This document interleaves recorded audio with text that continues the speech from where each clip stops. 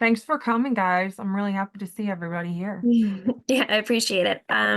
So we're gonna do this presentation is what to know, what to say, and how to support children with disabilities. Sorry. So my name is Sarah Lehman. I am a family support specialist for the Birth to Five project. I am a mother of four children. Two of my children have disabilities. Prior to this job, I was a special education teacher for 10 years, supporting students that had high communication, physical, and medical needs.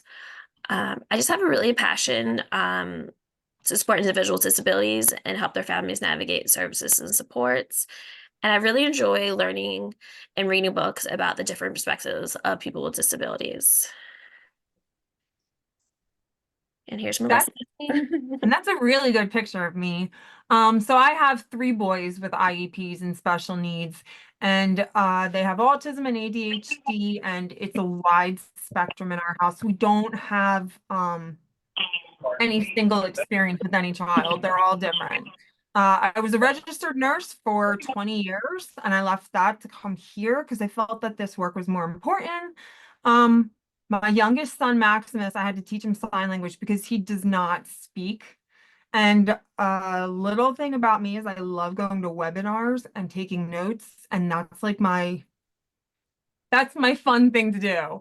I believe strongly in parents becoming their own child's advocate in a very informed way. And I always believe it takes a village. We never say no to help. I mean, Sarah can tell you somebody has to pray for us. And I said, sure, yes. But, we always accept all offerings. So that's important to me.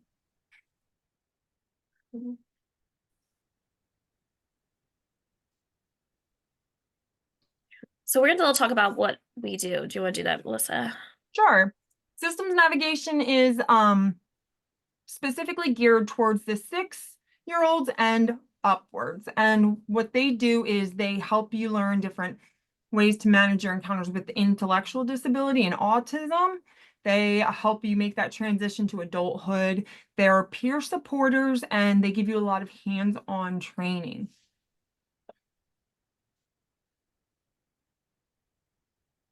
Trauma-informed therapy focuses more on the caregiver, the person who's providing the care, and they give you a lot of training, referrals for financial support. They offer counseling sessions for free. They do group therapies and they provide peer support. Then there's us. This is the 0 to 5 project, and we focus on early childhood. We focus on the younger groups because there's a lot of things, especially in Philadelphia, that are significantly different or challenging for the 0 to 5 parents. We also try to ensure that we provide as much support as we can because this is a rough process in the beginning. It's really challenging to navigate the entire system when you have a child and you know that their development is askew. So we try to do that the best we can. I think we do a pretty good job. So today we're going to talk about disability, what to say, and tackling the terminology. How to conceptualize disability by learning about the models of disability, instructional strategies that can benefit all students, including students with disabilities, how to foster a sense of belonging in your classroom, the benefits of inclusion, and how to talk about disability with your students. Um, so here's data for the Pennsylvania Office of Child Development and Learning. And from infants and toddlers in Pennsylvania, 88.2% of children with individual family support plans or IFSPs are currently receiving early intervention service in the home or programs for typically developing children. Um, so over here, I don't know if you can see my mouse, but there's the data for that one. And then children with developmental delays and other disabilities are attending typical preschools and daycare settings. In Philadelphia, 55.5% of L1 early intervention children, 3 to 5, are educated in typical education environments. Oops, sorry. just so that students with disabilities are being educated in typical settings, education settings. So we want to recognize that disability is not one size fits all. There's no singular disability experience. The disability community is diverse and a beautiful community. Everyone is their own person. Everyone's thoughts and experiences are different. And disability exists in infinite forms. Even though people share the same diagnosis, their experiences are not the same. Which is Melissa. Oh, intersectionality. So this is where disability crosses with other forms of identification. It could be anything from gender to race to political views. And we're talking about how they experience them all at the same time. And that's the intersectionality. Here's a reflection question. If you feel comfortable, you can put in the chat or just unmute yourself. But how does the word disability make you feel? Um, I think for myself, disability lets me know um, that I'm gonna have to be probably like a little bit more patient with the child because or like more, like honest, like more, more patient with Mhm. them because of course the fact that they do have a disability, so they're not so different, but there there is special things that you have to pay attention to and like really get to know them more so like you will know like their triggers and things of that nature. yeah, Yeah. that's a lot of good points. Yeah, knowing. I had to ask this question because a lot of times, sometimes when people hear the actual word disability, they kind of feel uncomfortable or feel like it's a negative term, which is not. Right.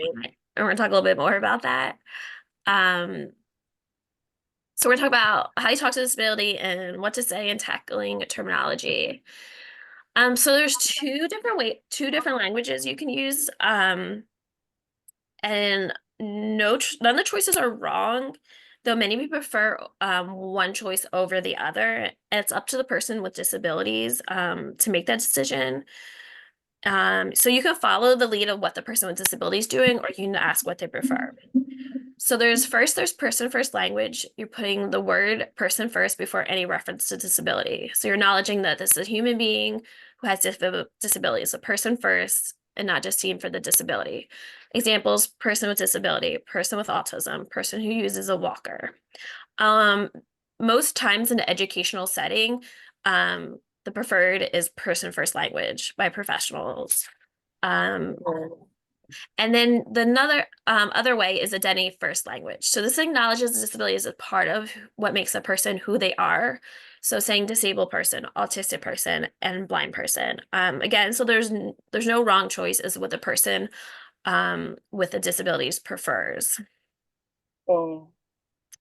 Um, So don't dance around disability, just say disability.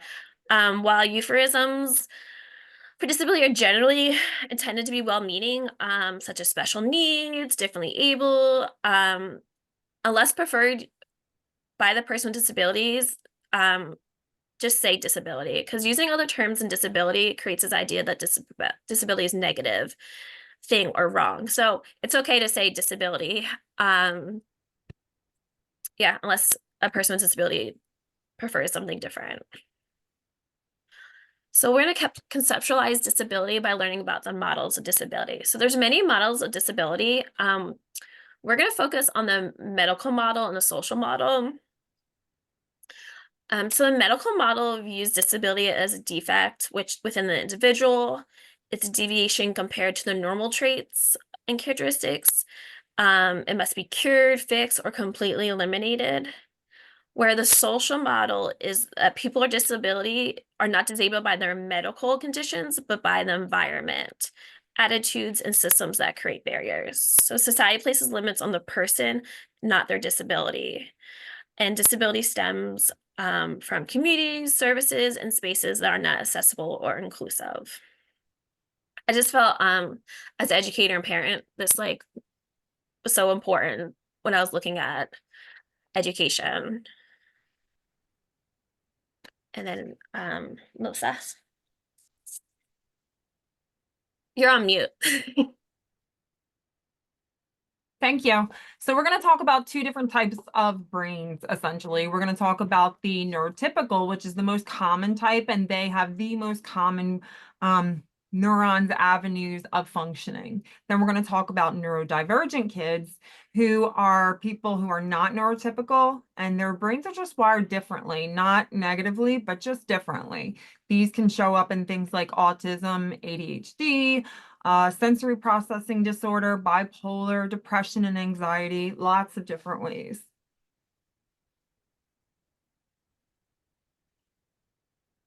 Invisible disabilities, in my experience, are really hard. It's really, really challenging because my son has an invisible disability, and it's really hard when we go out and he's not responding the same way that a typical child would, or he is doing something that is a little bit different than what other kids are doing. And people don't always have those patience with him, and we have to kind of disclose some of that. So it's a challenge when it's an invisible disability. And I don't know if anybody else wants to share about anything like they experienced, but visible disabilities, I feel like also there's a lot more offering because it's a very obvious thing. It's right in front of your face and you can see it. You can see that there's a difference. And you can have both. Like my son has a visible disability of Down syndrome, but he has an invisible disability of a vision disability. So you can have both. It's not just one or the other. Right. So we're talking a little bit about what to say. A lot of times, especially with autism, you hear a lot of the words using high functioning and low functioning. So we're going to stay away from those words because they're vague. They're kind of stigmatizing. The term makes an assumption about a person's abilities, not, and it may not match actually their capabilities. And with anyone, abilities change day to day. So we're going to stay with them not to contribute harmful stereotypes. And someone who's labeled high functioning may face disbelief or inadequate support, and someone who's said to be low functioning might have expectations that limit their growth. So instead of saying high functioning, you can say a person who's able to. Instead of saying low functioning, a person who's unable to, or a person has high support needs. So a person who has high communication support needs. Another one, we're moving away from nonverbal. The disability community is preferring non-speaking because I believe it's more accurate and acknowledges that people may not speak, but they still communicate in many ways. And nonverbal kind of implies people don't speak or unable to use words at all. So when you're referring to a kid, you would say non-speaking. Instead of hearing impairment, deaf, hard of hearing, hearing disability. Instead of vision impairment, blind, low vision, again, you can also say vision disability. People don't suffer from, they're not afflicted from, they're not victims of having disability. You can say a person has a disability. Instead of able-bodied or normal person without disabilities, a non-disabled person. Instead of saying wheelchair bound or confined to wheelchair, a person who uses a wheelchair or wheelchair user or any mobility aid. This one's a really hard one because it's so ingrained in our normal conversation. But instead of saying handicap or bathroom or handicap parking, you can use the word accessible instead. So accessible bathroom or accessible parking. So let's just go over some instructional strategies benefiting all students. I can do so. Accommodations adjusting how a student learns. I got it. I was looking for the mute button. I got it. For like extending time to complete an activity, or I'll just and then adjusting modifications adjusting what a student learns. So you change what the students expect to learn based on their abilities. For example, having a student write the first letter of the name instead of like the whole name. And the whole idea is designed to limit barriers to ensure full participation. All right. And then if you look at child's IEP or individual family support plan, they will, under the goals, will give you like strategies that are accommodations and modifications to assist with the skill. So you can always ask to see a child's IEP. So you might also even see them referred to as SDIs or specially designed instruction. It can be a modification or an accommodation, but that is a common term that I've seen lots of schools use when it's referring to this. Is this me? Instructional Yes. strategies? Instructional strategies are things like pairing visuals with the lesson plan or whatever it is that you're teaching. It could be like a visual schedule in your house that they follow, number and sequence steps and tasks so that they can expect and they know how things are going to go. And it's nice. I always enjoy it when I know what's expected or what is going to happen next. Everybody does. But it really helps this population. You can do choice boards, you can have a device, and then also have like a check off. We are working on getting a chore chart together in our house because my kids suffer from the executive functioning deficit. And then remind the student of the directions as they complete the task. So it might look like, great job, you finished brushing your teeth. The next thing is washing our hands. And that's kind of like a supportive way.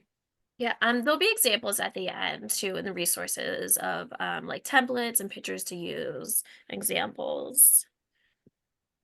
Yeah, Sarah's really good with the resources. Instructional strategies for time is alert them several minutes before they make a transition or when we're starting an activity.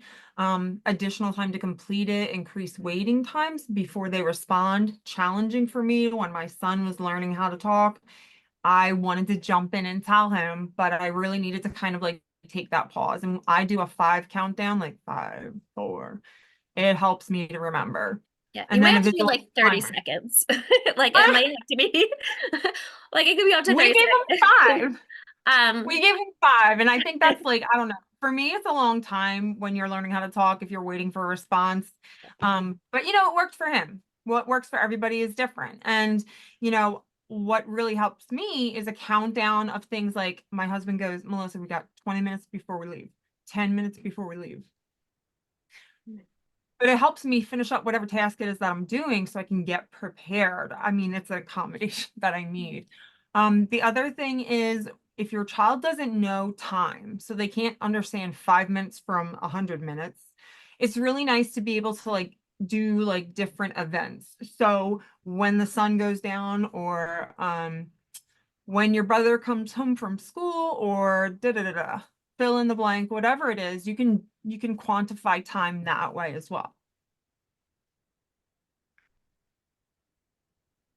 The learning environment for kids is one that's got to be clear from clutter. All the unrelated stuff be put away. It's really helpful for them. They can then focus on whatever task it is that they have in front of them. You don't want visual distractions, so don't sit them next to a window or next to the kid who chats all day or plays and fidgets. Seat them as close to the teacher as possible so that the instruction is right in their face. I just know like in some preschools which is really helpful, like when it's not playtime, they put like a sheet over the toys so it's not cluttered and there's no visual distraction. So I think that's a helpful technique. Um, yeah, I did this. This is done. We're good. Um, for the seating environment. So when you have a kid who can't sit still and they got to get up and move and move and move, this is one of the accommodations you can give them. You can give them like breaks in between and schedule them frequently, so that they can get up and move. You can have them stand at their desk if they really need to. What I did with my son during the pandemic was I got him a huge yoga ball. And instead of like him going in and out, of his lesson, he then bounced on that yoga ball, but he was listening and he was staying in front of the instructor. So that worked for us. That was one accommodation that worked out really well. We also have, there's like different types of things you can get from OTs that have like sensory based stuff in them so that they can sit a little bit longer, like a wiggle cushion and things like that. I don't know if anybody's heard of any of this stuff, but those are definitely strategies that you can use.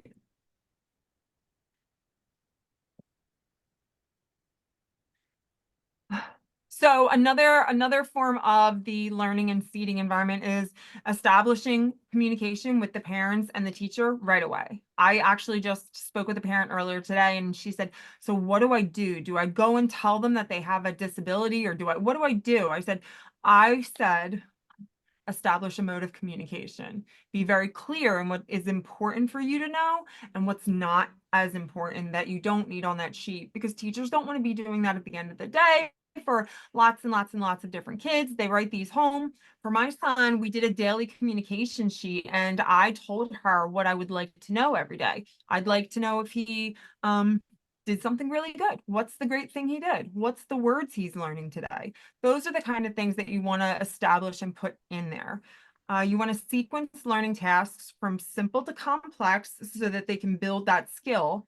And then you want to break big tasks into smaller ones so that they can focus on the smaller ones and build, also called scaffolding.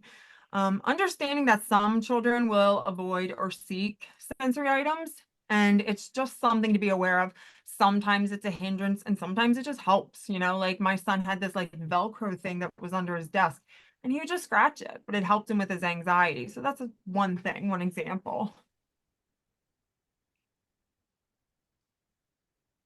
We also have children represent these things in their own way. So like if you have a student who is in the general education classroom and your student is there, how do they participate in the lesson if they're not at grade level? Well, you can modify that. You can change it to, if the class is learning cursive handwriting, maybe they're working on print, or maybe they work on one cursive letter.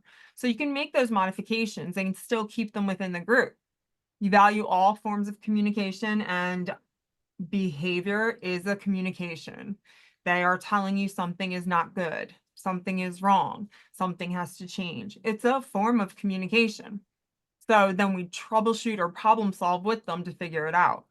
You can provide adaptive tools like pencil grips, slant boards. Sarah had a good experience with slant boards, and we had great experiences with like wobble cushions and weighted pencils. Like there's tons of stuff. And as you see the picture, like sometimes you have to be creative, or you can just Google something. It doesn't have to do something like you buy. Like this is a pipe cleaner and a hair tie. Um, We did a sock. We cut like a hole in a sock, and that's how we taught my son to hold the pencil. yeah. So it doesn't have to be like buying this really expensive thing. At the end, there's a slant board is really important to my son. So like Five Below sells art easels that we use as slant board. So it doesn't have to be like very like high end expensive things. It can be creative, um, and simple. Like a sock. Behavioral strategies are things like labeling their praise, like being specific. Thank you so much for sitting down quietly and waiting. Those are the kind of things that really are responsive to kids, and they're responsive to anybody, really. It's responsive to me, Melissa. Thank you for showing up on time. I really appreciate that. Boom. Here we go. It's just praising and identifying it. It's not always natural because we're kind of programmed to find the deficit or the thing that's missing. But making that conscious effort to reward that communication, really helpful. Offer choices take a so that nap? they can pick their interests and strengths. Can I brush your hair so it don't get too tangled for tomorrow when you get a chance? Make sure everybody's on mute, guys. We also have following choices. Choices are really awesome. It allows them to have some independence and some say and part in whatever it is that they're doing. If I was to just say like, you're wearing this blue shirt, it's very different and not quite as wonderfully engaging as like saying, which blue shirt would you like? Because then they get to choose. It's really nice. I like choices too. Um, Pair them with students who are modeling good behavior. The crowd you hang with is the crowd you emulate. So sitting them with kids who are more focused and functioned, not kids like in the back of the classroom making spitballs and things like that. Reward positive behaviors and increase the frequency and immediacy of the reinforcement. That means having like a very low like reinforcement schedule. So we did an amazing thing with my son. The BCBA created a plate of treats. And when he did really well at his trial training at the table, she would allow him to pick from that plate which reward he wanted. And he did so phenomenal. He was able to sit down. It really changed how the structure of that learning process for him really became. And then you want to do some ignoring of some behaviors. If your child is screaming at the top of their lungs, that's okay to ignore. Like we have to choose which behaviors we choose to ignore, because we don't want to give attention seeking behaviors attention if they're negative. More instructional strategies is not using punishment. So instead of saying like you don't get to go and everyone else gets to go, it would be you can do this if that gets done, right? So I don't know. Sarah, do you have a better example? I'm like going blank. But that's I mean, it's just to get positive. I think it's just to focus on positive reinforcement, instead of just going to the consequence. So, like the example on the slide is, um, you reward a student who typically forgets to wash their hands without reminder, instead of punishing them for not remembering. I think you just want to catch them doing stuff that they're supposed to be doing and reward more than giving like negative consequences. Yeah, I mean, my kids have really kind of grown a lot when I just notice them doing something good. Taking notice of that is really helpful. It's affirming, it reinforces the behavior. Then there is sensory stuff, like we had a weighted vest, we've had wiggle chairs, we've had yoga balls. There's tons of things. And we used a sock at one point. I went on Pinterest and found out how to use a writing tool, and it was a sock. So there's lots of different things that you can use. Other things we talked about, like having breaks or a quiet area, somewhere that they can just relax. My son frequently comes up here into my office when I'm not here, and he just likes to sit in my chair, and it's quiet in here and no one comes in here. So it's a nice quiet place for him to kind of like recoup and just relax. Provide support for transitions. We talked about verbal cueing and visual schedules. You want to model coping strategies to deal with feelings and emotions. I think a lot of time we don't want kids to feel angry or upset, and we say, oh, you don't feel bad, do you? Like, we want to acknowledge their emotions, and we want to be examples of it. I will admit, like, sometimes I really screw up. And I don't have the best modeled behaviors. Like I raise my voice, I yell, but it's important to be aware of your own behaviors in order to help them self-regulate. And then using a child's preference, their favorite toy or their favorite, my son has a chicken. It's like tattered and worn to death, but it's a chicken and he carries that around. I can do vision. So for visions, structural strategies, you can provide materials in larger font, a slant board or a slanted surface, visual description of the visual aids. So if you're giving them a choice board, let's say you have 4 pictures, you're naming each picture. Say, this is a doll, like this is a ball, this is blocks. Use high contrast materials. So maybe if you're using a worksheet, it's against a black background, which could be simple as like a black poster board or a black piece of construction paper. Um, you can use larger manipulatives and provided so if something's being presented like far away on the board, you can provide them a copy to the student. And you want to recognize that all students understand, think, and learn to do things. So you're presume competence. You're assuming the child can effectively engage and contribute. There's a really good video from Shelley Moore on the YouTube link. She's a really great person about universal design learning to check out. She has a lot of short videos. So, I mean, are there any instructional strategies you already use in your classroom if you would like to share, chat, or just unmute? No pressure.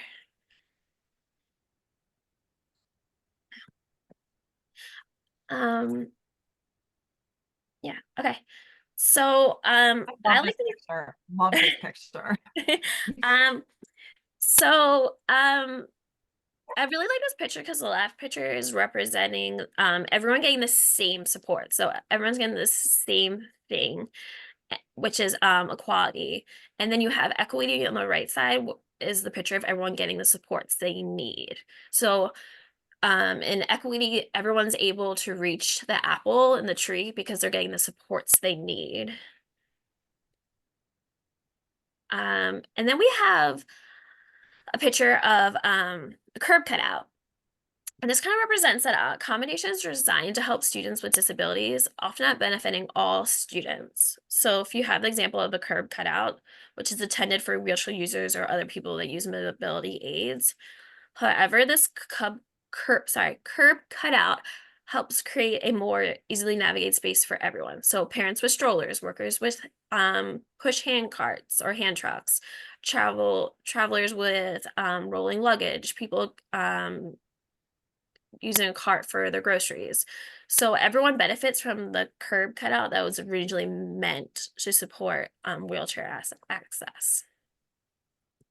And we're talking a little bit about fostering a sense of belonging in your classroom. Um, there's 10 areas to foster belonging. We're going to go over each one. This is from Eric Carter. He has a lot of resources about creating a sense of belonging in the classroom and other areas. So we're going over the dimensions of belonging. So to be present, are students with disabilities involved in all the same spaces, programs, and activities as their peers? So are students with and without disabilities playing, learning, and connecting with each other? To be invited, is the presence and participation of students with disabilities actively sought out and encouraged by others at the school? So students or the teacher saying like, we want you here, your company is desired and needed. It can be just like really ordinary gestures such as sitting together, joining in play. To be welcomed are all students with disabilities received by others at school with warmth, friendliness, and authentic delight. Just because they're enrolled in the class or the school doesn't mean they feel welcomed. And it can be simple things as like join shared activities, helping kids strike up a conversation, and even like noticing when the student's absent. To be known, are students with disability treated as unique individuals, recognized for their strengths, and appreciated for who they are. So you know the student personally, they're seen as a gift to be received. And think about a lot of times how you're characterizing the disability. Make sure we're doing it in positive terms, that there's many strengths to it. Accepted, are students with disabilities embraced without conditions and viewed as equals by their peers, sorry. To be supported, are students with disabilities receiving assistance they need to participate fully and meaningfully in all aspects of life? So if they're absent of supports, this limits participation, and supports need to be individualized, just as the picture with the apples. To be heard, are the perspectives of students with disabilities sought out, listened to, and respected by others. So you're working to listen to understand the student, their voice is valued, their voice and perspective is seeked out. And to be befriended, are students with disabilities developing relationships with their peers that are marked by reciprocal and mutual enjoyment? So they have friends or people in the classroom saying, I choose you. To be needed, are students with disability valued by others and considered to be indispensable members of the school community? Everyone is seen as having skills, strengths, and it benefits others. And to be loved, our students experience deep and gracious love of others. My Big son's fan. school did a really good job with this, like his insurance company, which is not something we get a lot, IBHS. They started to learn some of his signs so that they could speak with him and he could be included and they could understand him. And then they also, the kids started learning sign language. The kids were signing with him and they taught him how to play tag. And so now I mean, he's great at being it. He loves chasing people. So the kids love that and they just run around, get their energy out, but he's included and it's a game and it's mutually enjoyable. But it was like, you know, a little bit of a process and a little bit of effort had to be put through, but it's a sense of community for him. He really enjoys going there. Yeah, and a big part of being in a community is feeling loved. So these are just like dimensions to look at when you're seeing if a student with disabilities feels welcoming, included, and belonging in the classroom. So Melissa was going over the benefits of inclusion. So some of the benefits is, like we mentioned, all students get this sense of belonging. They also develop positive relationships with peers who are non-disabled. They are able to then see behaviors and different ways that they respond to the teacher's instruction and they model it. They are given higher expectations because they're in that setting where everybody is learning the same thing. Uh, it gives them an opportunity to reach their highest potential and develop a positive view of themselves. It's not a segregated area. It's an area where everybody goes. So he's included in the entire school.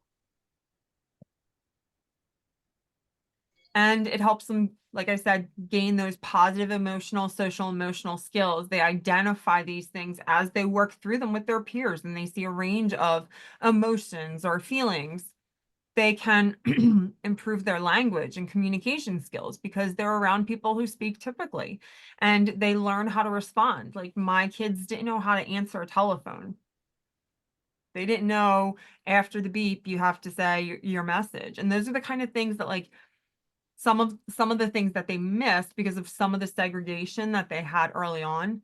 And then you give them diverse shared play opportunities. A lot of my children struggle with play in a typical manner.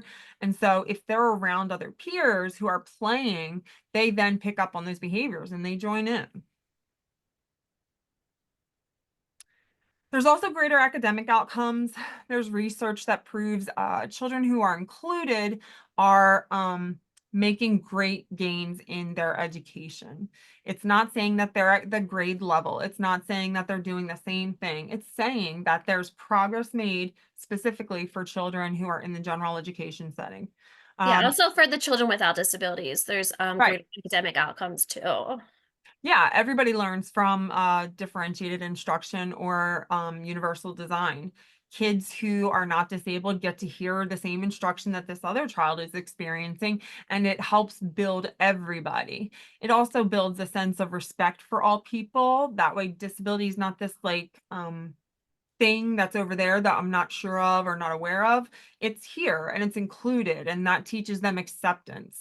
It's also like perseverance. When they encounter an obstacle, it's naturally then when your peers are exceeding to you also push yourself in that same way.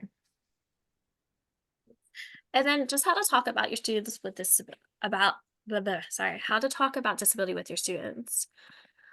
Um, so talk about that how everyone's different and that's something to be celebrated, that our bodies and brains work differently. We think, move, talk, and learn in different ways. We like the same things as our friends and we like different things as our friends. And everyone has things they're good at and things they need extra help with or are still learning. And this would be a great example, a great time to give example of things that you're good at and things that you are still needing extra help with. Sometimes people will not be able to do things, and that's okay. You can give examples of things that you're good at. Sorry, I just said this, and things you're still practicing. There are times when people need more help, and it's okay to need help. Give examples that you of things that you need help with or are still learning. Explain like if a kid's using a wheelchair or any other adaptive equipment or using a communication device. Explain to the students why they're using it and like any way you can just explain it in an age appropriate way. Explain different forms of communication, whether it's selecting pictures off of paper, sign language, repetitive movements or noises in easy, appropriate terms. So Johnny covers his ears because he doesn't like loud noises. Johnny uses a communication device. It helps him communicate. He's not able to say everything like with his mouth, so this helps him be able to say more. And my favorite thing is reading books about characters with disabilities, which I give you a there's a list of preschool schools with characters about children with disabilities to check out. There's resources for inclusion. Sorry, there's more resources for inclusion. So the resources for movement breaks, so kids that need to like get up and move, which would benefit all students. Sensory tools for preschool classrooms, like the fidgets. Visual timers for students who need to like be timed to complete an activity before they move on to the next activity. And you guys will get these slides, so you'll Yeah, have you'll get the slides and the recording, sorry. yeah, you'll get all the slides, you'll get all of the resources. Sarah's really good about having a ton of resources about the discussion at the end of the slideshow. Yeah, there's visual supports, first and then boards, choice boards. And if you see, I'll do teacher pay teachers, but you can filter to have free resources. And then they give examples of communication boards that you can print out, free pictures to print if you need like a choice board or maybe a visual schedule. And my favorite, an inexpensive slam board from Five Below, because that was a game changer for us. Yeah. So if anybody has any questions, concerns,